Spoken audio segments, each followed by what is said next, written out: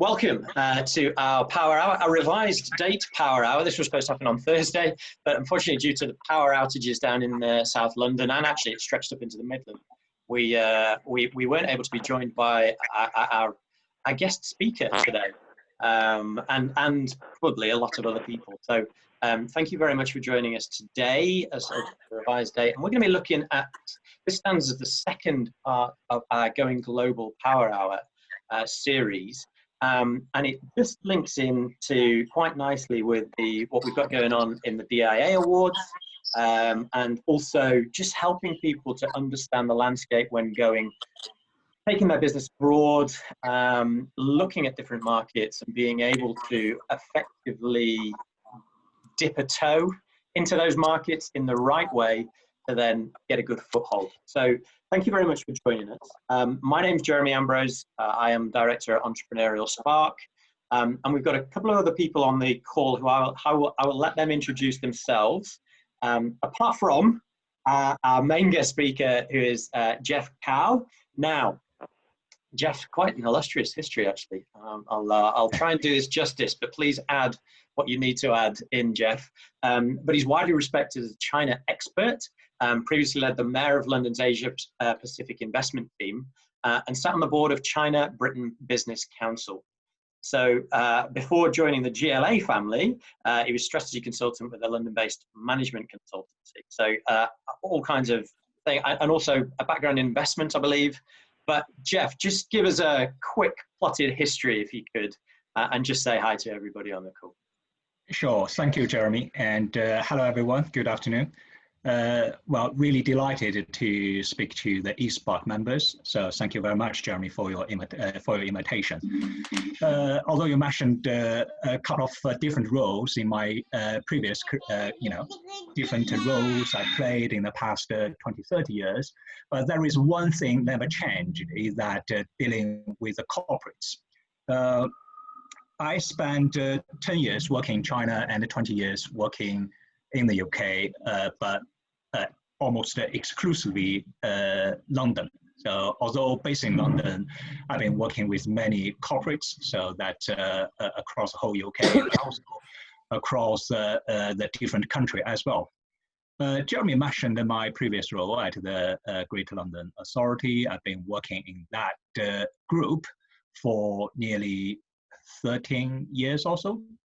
So serving three different mayors, from the very first of Mayor of London, Ken, to the 2 terms of Boris, and then to current mayor as well. So going with them to the different countries, the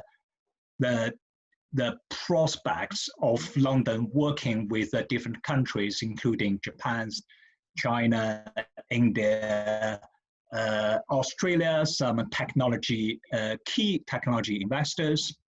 It had been really fascinating experience in the past. As I said, I never shifted away working with corporates, with companies big and small.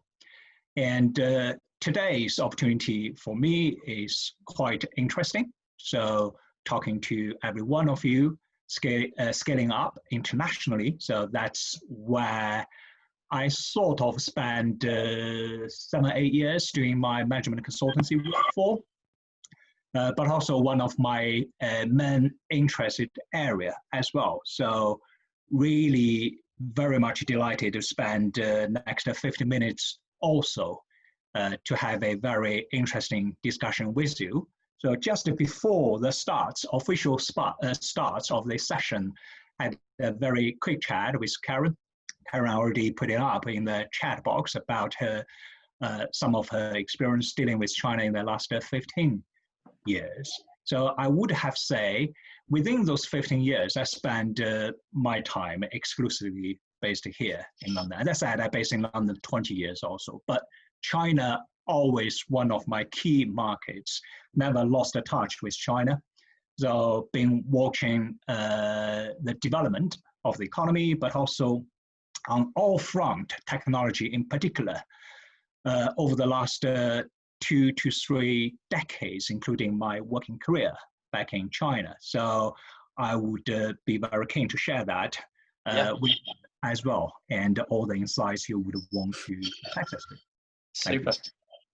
Thank you, Jeff. And yes, we'll be picking your brain very shortly on all aspects of working with China. The other couple of people that I do want to introduce very quickly, we've got John Mathers and also Julian Grice on the call. John, quick intro if you could. Sure. Hello, everyone. Background is brand and design, ran the Design Council for many years. I have been involved in a thing called the British Design Fund, which is about promoting and supporting and mentoring well-designed British companies. You might well argue, we did a webinar a couple of weeks ago with Jeremy, and you might think, well, why?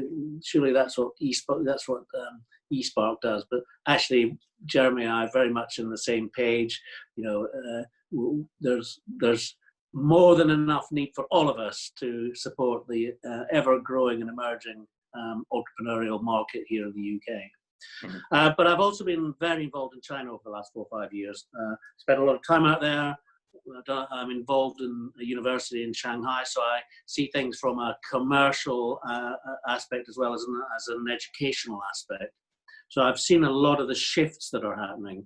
And one of the things I've been involved in is a thing called the Design Intelligence Awards. So big global program. It sort of reflects a bit of what I said earlier on about when China decides to do something, they play the long game at it. And China has made this decision about wanting to be seen to move from being made in China. The thing they hate more than anything else is that thing on the back of the iPhone where it says designed in California, made in China. Boy, do they hate that. And they want to move from made in China to designed in China. And so they've got a major program of supporting that. And the Design Intelligence Awards are one of those. They want to make it a global program. I'm with Julian helping to promote it in the UK. We've elected some judges. We're recruiting applications at the moment. Applications actually finish on the 6th of July, so it's quite soon. And you should, I think Jeremy will normally post it on the chat, the sort of links. But hopefully I can share some of my, nothing like Jeff, obviously, but hopefully I can share some of my experiences, maybe from a different perspective of the sort of shifts and changes that are happening in China. Yeah, brilliant, John, thank you. And the other person on the call, Julian. Julian, go on, introduce yourself and just let everybody know what your role is, certainly within this call. Yeah, thanks, Jeremy. I'm a consultant working with John. Built a creative business up to sort of 15 million, 150 people, and then exited that about 10 years ago. And since then, been heavily involved in business growth programs. So things like Growth Accelerator, Manufacturing Advisory Service, advising on the kind of proposition and service design aspects of that. So kind of really tuned into the startup and scaling challenges, the staircase, and the various valleys of death that occur at various different points. So yeah, that's me. I'm looking forward to hearing your ideas. Super, thanks, Julian. Let's just get straight into it. And I've got an opening question for Jeff, which will just get the conversation started. If anybody does have any questions or any specific points, please do open your chat, get them on there. The more you interact, the better it'll be for everybody. If you think it's a stupid question, then don't, because somebody else will have that exact question in their head as well. So get it down. No such thing as a stupid question. So I'm going to kick off with a very quick question, and it's around cultural differences, because there are obvious cultural differences between Britain and China. But how do they translate in the context of innovation? What's different when it comes to innovation, Jeff? Right. Okay. So cultural difference, that's a very big topic. But I would think Karen would agree with me through her 15 years dealing with China, is that there aren't much differences in doing business. So whether it's in China with Chinese, or between Chinese and the British, or doing business here in the UK with Chinese, or between British and other nationalities. So everything worked exactly the same way. But if you really wanted to see what the different way of doing things in the innovation sphere, I would think John just touched upon a very interesting topic area, which is the long game player. I wouldn't stress too much on the importance of that, but there is one key thing, is the speed. Chinese always wanting to get things done now. So that's a key difference. So they want to see this technology revolution overnight. They want to see things improved as quickly as possible. So the governance structure between the two countries is quite different, and that's reflected in the innovation policies as well. So when we dealing with Chinese, so the key things is not to, get stopped by any sort of perceived areas like a culture difference or languages or anything. So it's really about the determination. So whether you want to do China, if you want to do it, just do it.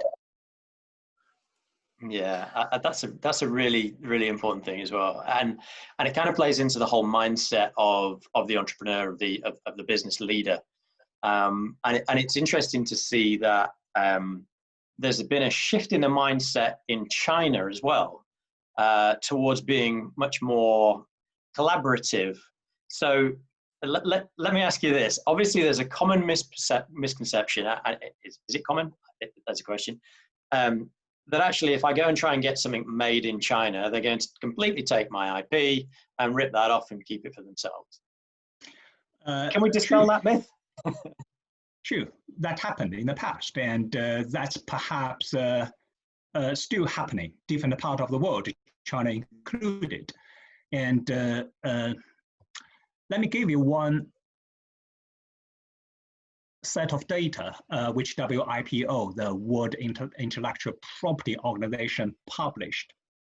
So in 2017, the top 5 countries for the patent applications in the selected technology, because that technology is what concerns us, every single audience today. So the top 1, from artificial intelligence, quantum computing, regenerative medicine, autonomous driving, blockchain, you name it, cybersecurity, which is quite hot here right now in the country, virtual reality, possibly something relevant to one of the questions just putting in the chat box about the visitor experience. So all these top 9 or 10 are part of 1. US is basically ranked number 1 in terms of the patent applications. That's in quantum computing. In all the other areas, China is number 1. So they perhaps applied more patents than any other countries in the AI, in the regenerative medicines. It's in China's interest to protect the IP. So in the past, since perhaps 20 years ago, it's a completely different landscape, but now it's changed. So I didn't have the degree, I have a diploma in law. So I have but because it's also quite relevant to the market access, I have a fairly reasonable amount of understanding of this IP protection. I would say the legal framework in the IPR, in the IP protection in China is actually perhaps one of the best in the whole world. The problem is with the implication. The implementation may be sometimes went wrong. That caused a problem, and that caused the people get really worried about whether the IP would be, very well protected when they're doing things with Chinese partners. So this is also for any technology firms and also the companies in the creative industry, when they are dealing with any partners in Asia, China included. So IP production is a #1 area they should look at, not because going to China, going to other part of Asia, that IP won't be well protected. Is just as long as you engage with very good IP lawyers, you should have nothing to worry about. Yeah, yeah.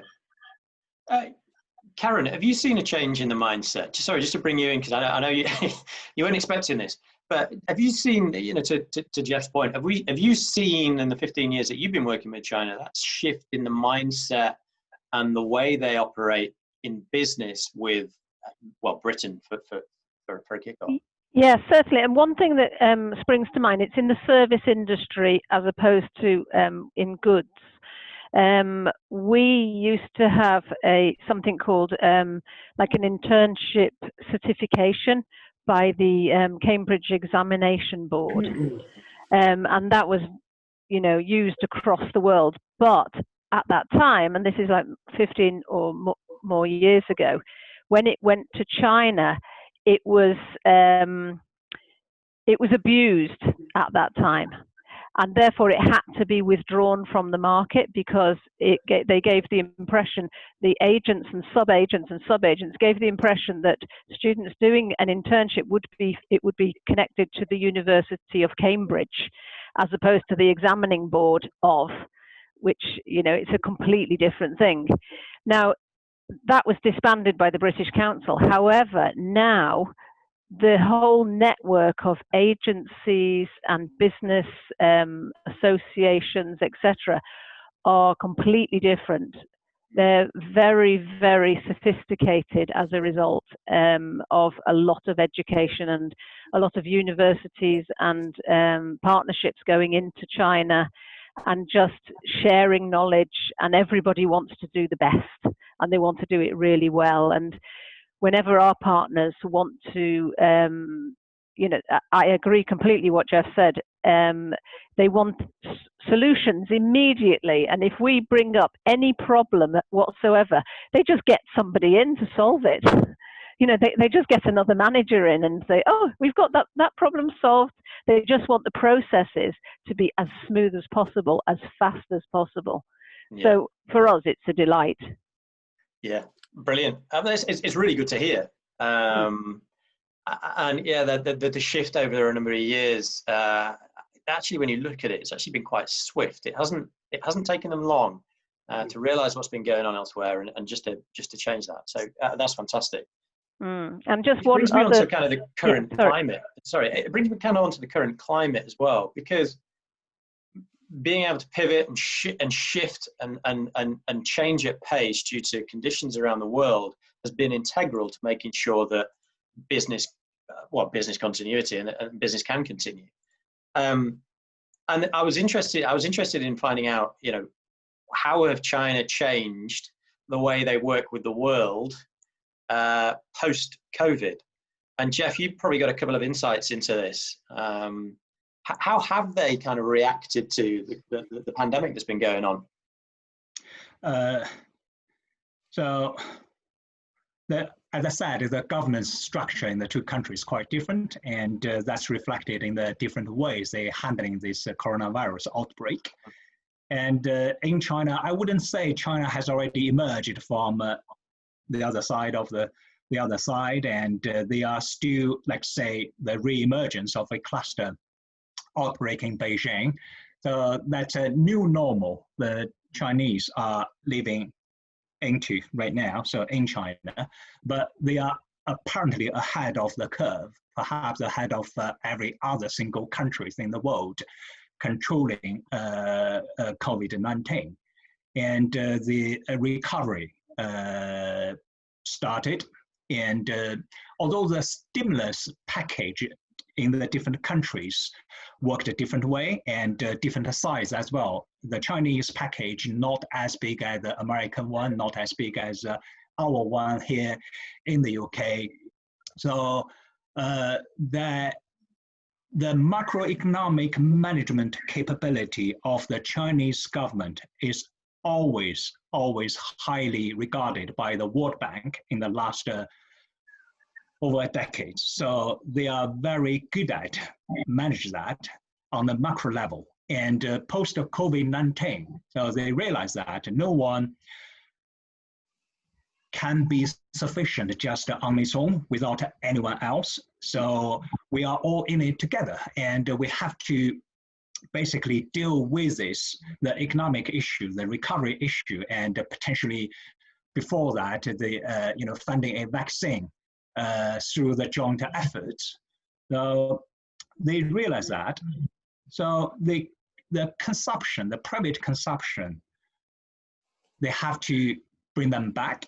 And on its own, it's hard to do that. But they invested heavily in particular two areas. One is the next generation technology.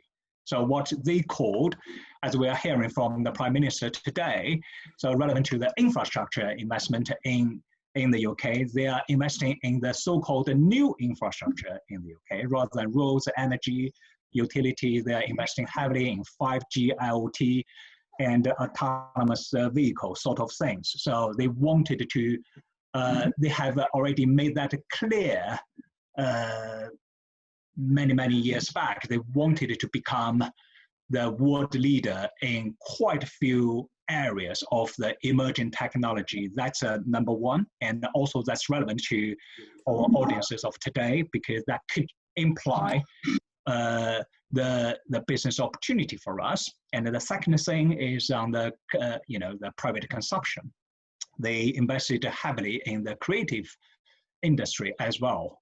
And on that, we are very strong in producing the contents. So that's another areas of the business opportunity for us here. Yeah. So how does that reflect into the Made in China 2025? I guess as a vision. Yeah. How's that shifted? Right. Okay. So probably just before that, if you could just explain, Made in China 2025, and just kind of help us understand the roadmap and the journey that's it's taken. Sure. As John said, China always play the long game, and they have always talking about quite ambitious long-term plan, 2025, 2030, 2050, those type of things. 2025, you may have already heard that from CBBC, China Britain Business Council, because they try to get the British company, especially the SMEs, involved in that. That's mainly on the manufacturing. So because China now has already become the manufacturing powerhouse of the world, and they focus on the so-called advanced manufacturing. They want to, by 2025, to basically in achieving that policy goal, the thing is that 2025, the focus is that self-reliance on the produced in China or made in China. So basically by Chinese. So that's 70% of the procurement would be made in China. But now, so they open it up. So rather than just buying from the made in China, they are more open it up more widely to the outside world. It's actually like what has been witnessed. So because in China, you are still not able to invest in anything, anywhere, or in whichever way you wanted. There are certainly some restrictions, and there are so-called negative list. So which either you cannot invest in, like the eye control, so air traffic control, or the Chinese party will have to maintain the majority control. For example, let me give you one example. They just given up the majority control in quite a few service sector, like the asset management and the insurance, but also they still maintain some controls in, for example, in farming industry. So 2025 is a 70%, the made in China. but now apart from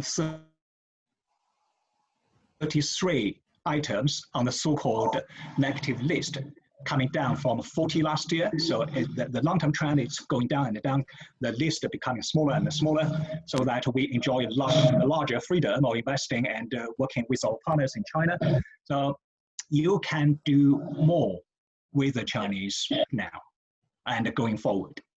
Jeff, what do you think is driving that? I mean, you know, we're clearly seeing there's more collaboration going on between China and the rest of the world, including Great Britain, Northern Ireland. But what's actually driving that change in the reduction? You know, is it people power? Is it what is it? I think two things. One is that Chinese certainly becoming more confident than 20 years ago. So on the 1st of November 2001, they were admitted to the WTO. And 20 years, these 2 decades, that's a huge change in China, both economically, but also many other areas. And now they were able, in the past 20 years, transferred that economic upgrade into many strategic areas. So they becoming more confident. That's one reason. And another one, so through the heavy investments in some areas, technology in particular, especially the emerging technology, they have already becoming the world leader.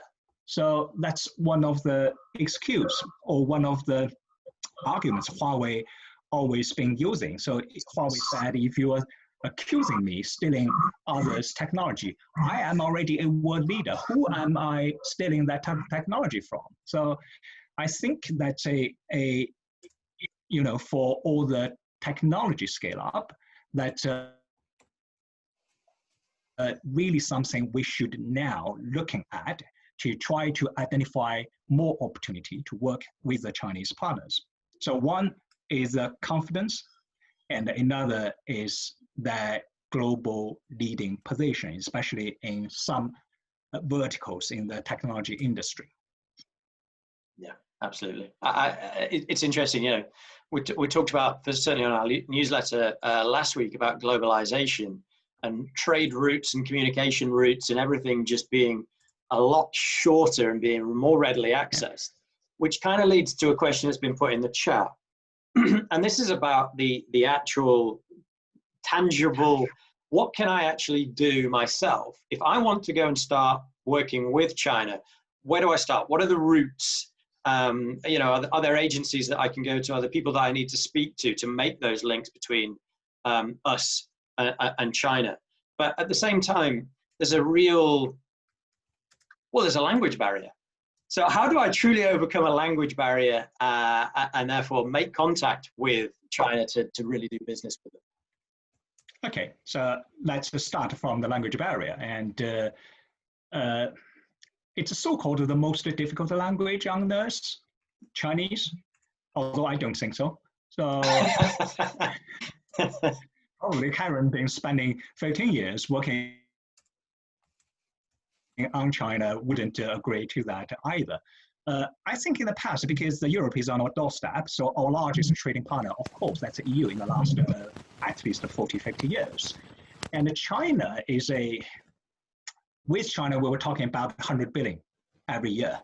So although that's just possibly 15 to 16% of the volume with the EU overall. So EU now still our largest trading partner. That's nearly half of the trade volume with the US and 6 times bigger than the Australian one.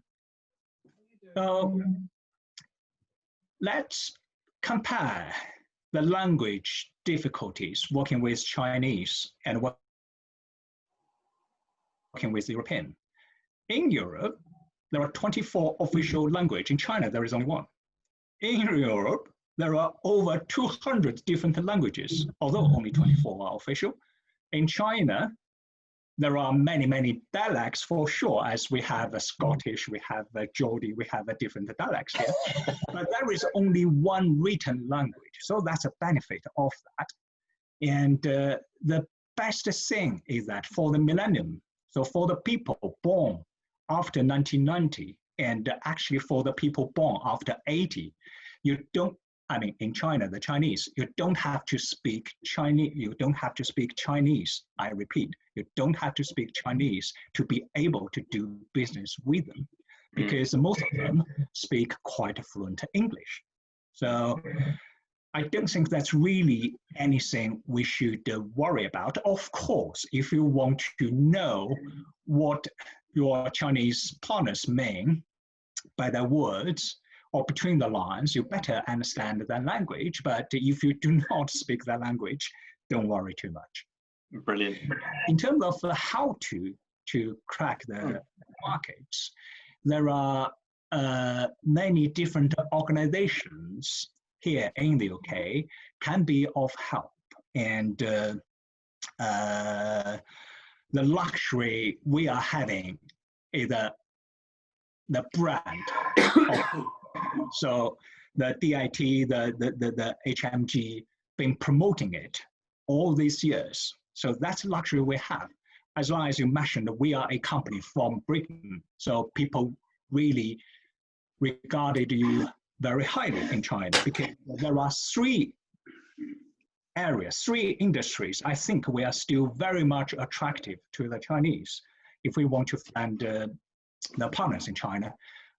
One is financial services, but the attractiveness is diminishing because of the Brexit, but also because or I would say the emergence of other financial hubs in that area, for example, Shanghai, for example, Tokyo, but also Mumbai and Dubai. And the second thing is education, but I started talking to other universities for many years. Be prepared, Chinese students not coming to the UK anymore. I'm not saying they stop coming, it's just not at current scale. So let's say in London alone, there are 12,000 each year in our public funded universities studying. So each year there are 14,000 of them coming. And across the whole country, perhaps at any given time is 150. So including those doing the second year, third year, and the newcomers from China.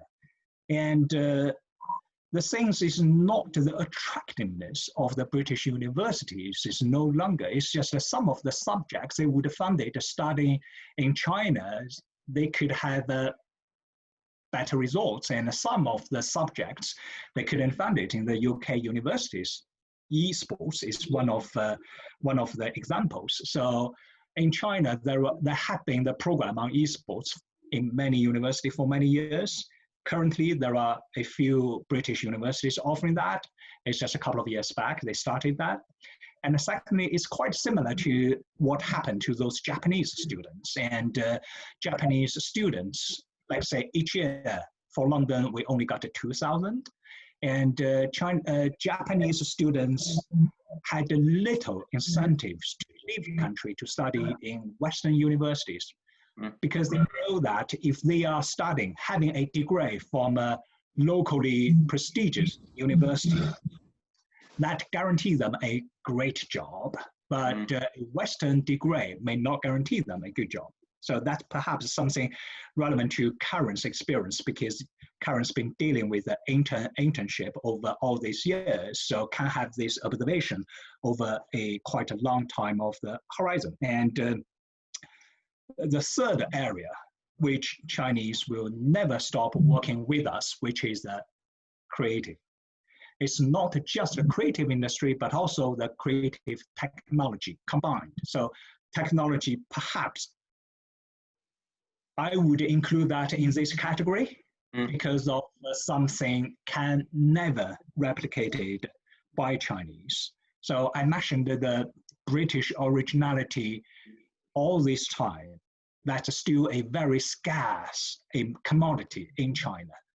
And that's what we are having here. So if we can work with Chinese And basically, if you look at the strengths we're having here and the strengths the Chinese partner have, if we marry them together, great.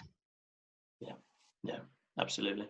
About merging, it's about looking at, it's the relationship building. We talked about it last week in the relationship building and bridging the gap between two countries, and just making sure that you're having the right conversations. I know that you can, we'll come on to the DIA Awards, which is a lovely bridge between the two areas.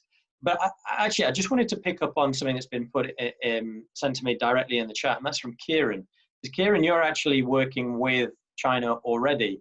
I'd really be intrigued in how you bridged the gap, and how you started working with China. Good. Hello, everyone. You can hear me okay, I hope.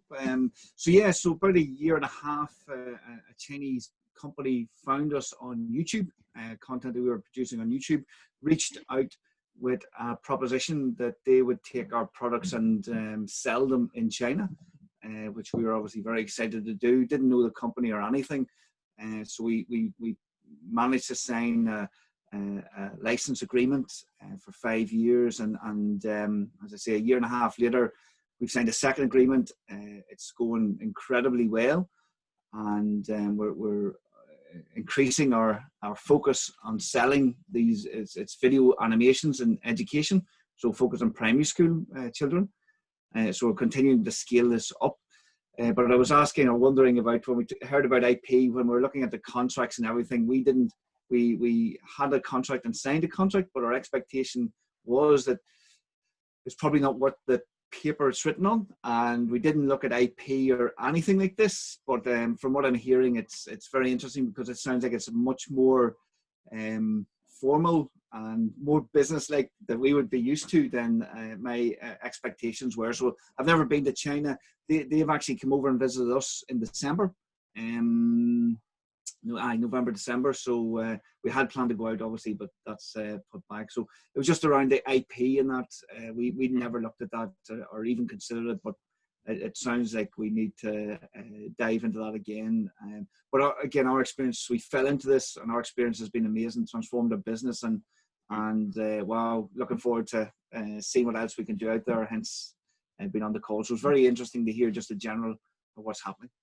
Yeah, interesting. And I guess if there are people trying to get into that Chinese market, yes, I can see that some people aren't going to be as fortunate enough to just fall into it or get an email out the blue. But it's interesting how somebody had been interacting with your YouTube channel.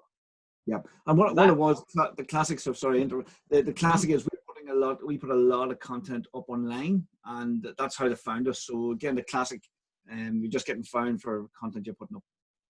Yeah, absolutely. But there's a real good point in that you've got to know that the people who you want to talk to are actually on the channels that you're talking on. And that's really about understanding the customer or the end user or whoever you want to be interested in the product or service that you have on offer. It's really understanding where they are so you can talk to them specifically. And that comes back to the customer persona, understanding stakeholder engagement, and really just finding out all those nuggets of information to then go and trade with a certain area.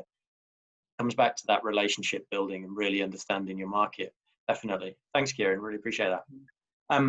I did say that we'd come back to just bridging that, talking about bridging the gap. And obviously we have Julian and John on who are both judges, I believe, on the DIA Awards. John, just give us a quick overview of the DIA Awards and how could it help bridge the gap? Okay.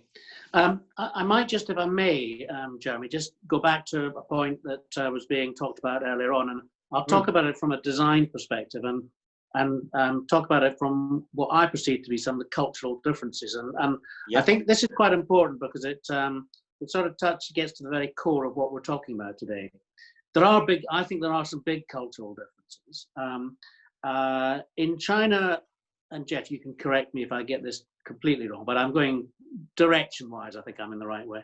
But there's still very much in China a focus on education, which is that you learn from your elders and you listen to your elders, and they invariably tell you the right thing, and you shouldn't really question that. Now, that's fundamentally different to the sort of education, particularly in design, where we are taught from a very early age to challenge the brief, to think things differently, to come at things left field, to go back and question some of the insights that have been set for the brief, etc., etc. And I think there's also something interesting in Chinese design education, where invariably the professors in design education are people who have gone through the education system themselves and have never actually gone out in the main and worked in commercial practice, but have actually just gone through the education system. And that's why most design innovation universities are very keen on having British and other European visiting lecturers, visitors, visiting professors, because they invariably bring time spent in the commercial world and bring a very different way of thinking and a different perspective as well. And that's why, in one sense, I remember a few years ago, everyone was getting very worried about, blimey, China's got hundreds of new design schools being set up. But China still, I think, looks to places like Britain who can do things incredibly well. Now, I'll tell you one other cultural difference. I've several times when I've been in China, I've been helped by students who have been visited, who've visited and worked and been educated in Britain. And I was fascinated by their perspectives on what it's like to be educated in Britain. They can never understand why our students spend so much time in the pub and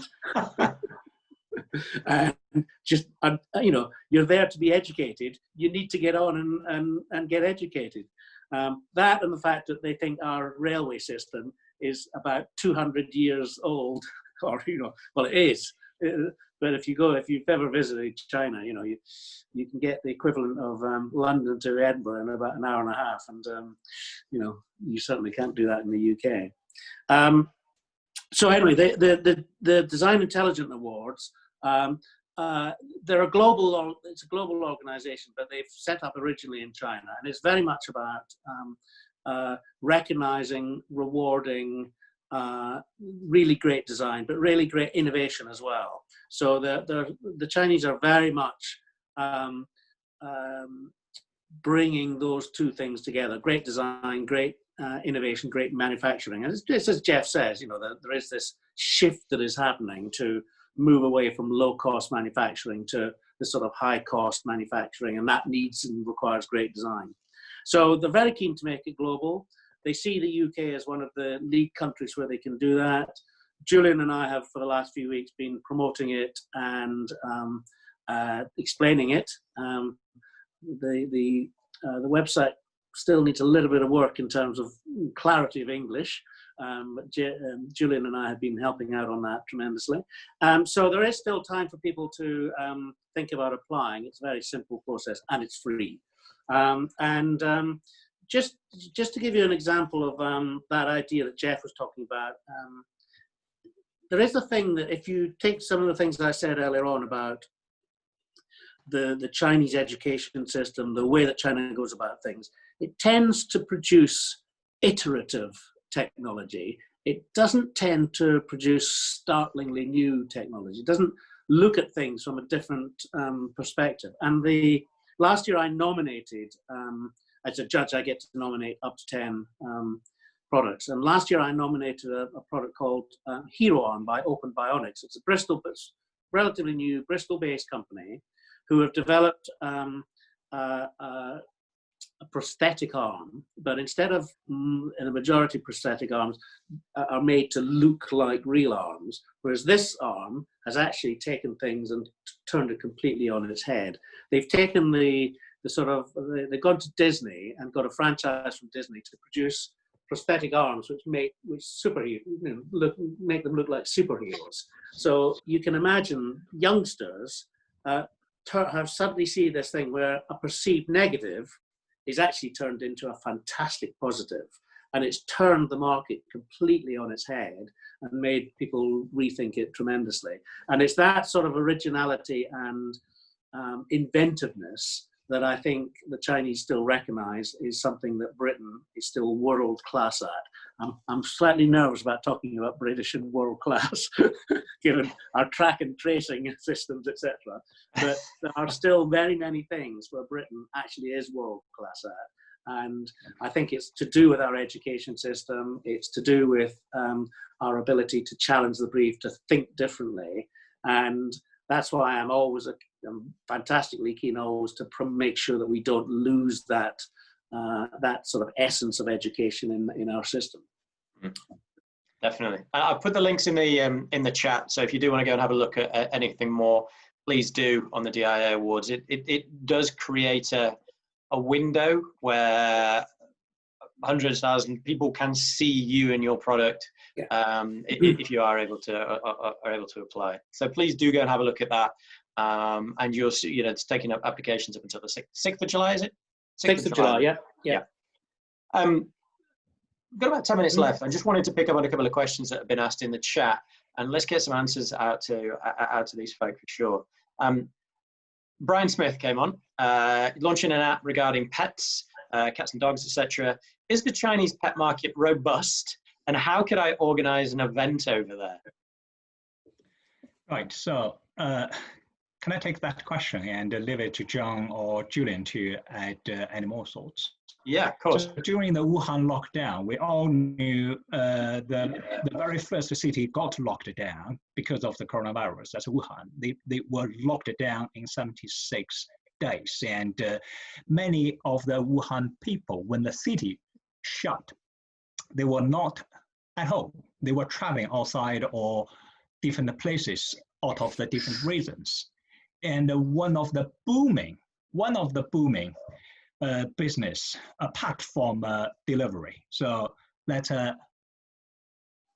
related to pets, because they wasn't able to go home to accompany the pets. So they urgently need someone to look after the pets. So that's there were many very touching stories in the social media. So about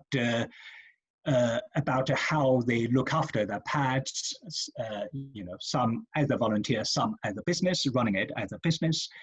I think this is a very good niche market to look into, and to get the right help or to go into the markets with the right partner would be next key question. And the question about how to run an event in China, I would suggest you probably get in touch with either CBBC, China Britain Business Council, or with DIT, the Department for International Trade.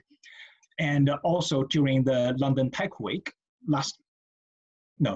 today is still just the 29th, beginning of this month, so the virtual London Tech Week, it was announced the new digital export initiative, the new campaign the HMG is running. I can post the website in the chat area, so try to get some help from that.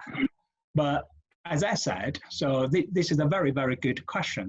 How to get your own brands known to the audience, especially your potential customer in China and market very much unfamiliar. Although we have collectively the luxury of British brands, which is very highly regarded in China, to get your own business known in China is difficult.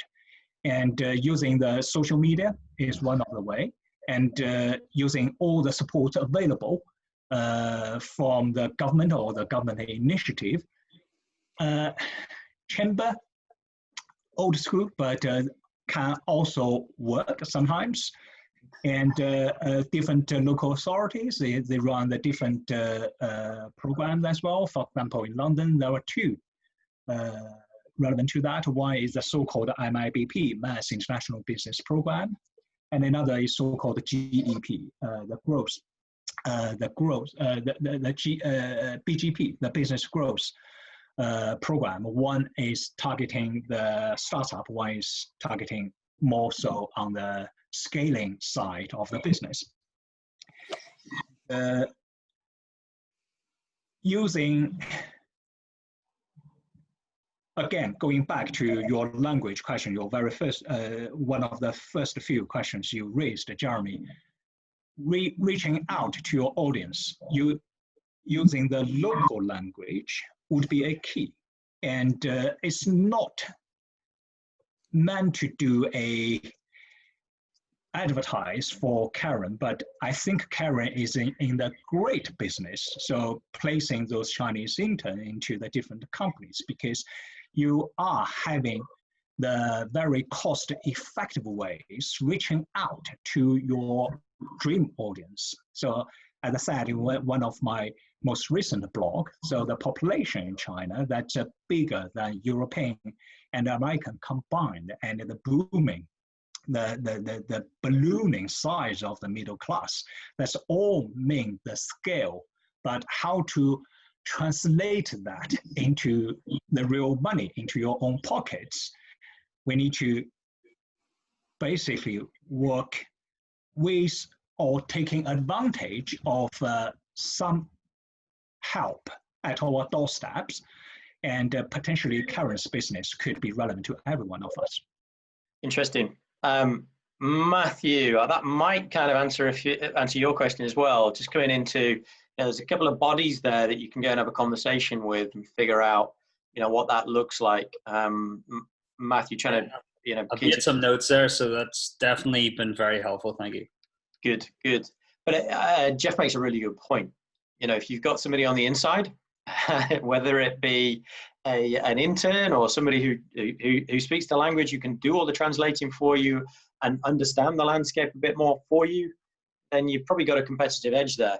I'm not here to sell the DIA awards, but that's certainly something else that you need to have a look at, because that could also make that bridge, and it's about bridging that gap, which is really going to help you understand the landscape to then be able to trade with.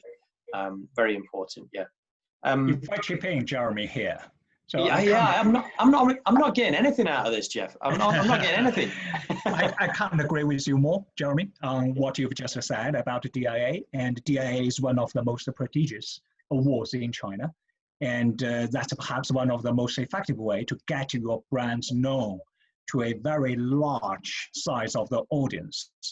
So, as I said, and also as John said, so Chinese are hungry of this very original idea, very original technology, very original this and that. So if you do have that, shout out loudly through this type of the awards or through any other means. And the DIA is really a shortcut for us.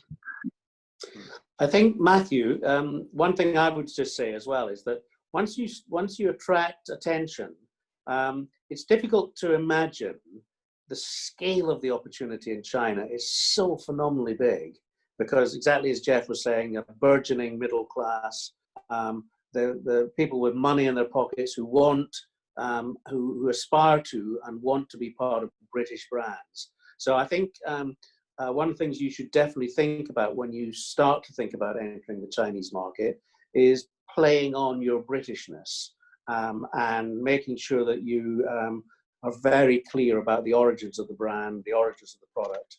I mean, it's fascinating, but the Chinese have all the Armanis and every other high fashion shop in Shanghai and Beijing and wherever else.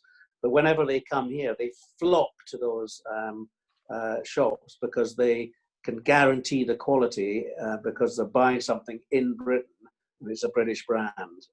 So I really wouldn't underplay the strengths that we have as a nation in perceptions and quality. Yeah. And that really plays into not just those innovative technology companies, but also, as you say, John, those creative industries that, maybe more traditional routes of business could, if you really kind of build them up, and the fact that it's British will really, really help you in those markets for sure. So yeah, brilliant. Can I just come in a second, Jeremy? Yeah, of course. I mean, it's kind of in response to some of the things that Jeff said. I mean, we have helped, for example, some university departments who were thinking of trying to get more students for courses in China. And we were able to put feelers out across China for those particular courses to see whether they would be popular. And as a result, that university, prestigious one, didn't bother doing it. We have, for example, sourced material, students who have done placements in the UK. One was with, they found that their source of supplies was quite poor, and they said, I can get that for you much cheaper. And then they set up a branch in the country. And so it's getting that partners and inside knowledge. It's extremely easy and friendly to do it. I mean, when I visited China, it's a very, very personal path that you follow. I mean, I was invited with families, and I had to go and drink with them and have half toasts and full toasts, and I could only just hold myself up at the end of the night, but drinking beer with eggs at the bottom of it, and I felt like I was some kind of superstar going around, being flanked by people and delivering seminars on the cuff. It was great fun, and then we all went and sang karaoke together. So it's a great experience, and not at all alien. No. It was very, very kind of cozy in such a big country. So I couldn't recommend. And Karen, what was your go-to song at the karaoke bar? Come on, quickly. What was it's well, coming from near Liverpool, it's always the Beatles for me, because I know all the words, and they love hearing. Everyone wants the Beatles, so never too late. Super. Well, we've come to the end of our time today, but that's been absolutely fascinating. And I just want to say thank you so much for the insight that Jeff has brought to this. So thank you very much for joining us, Jeff.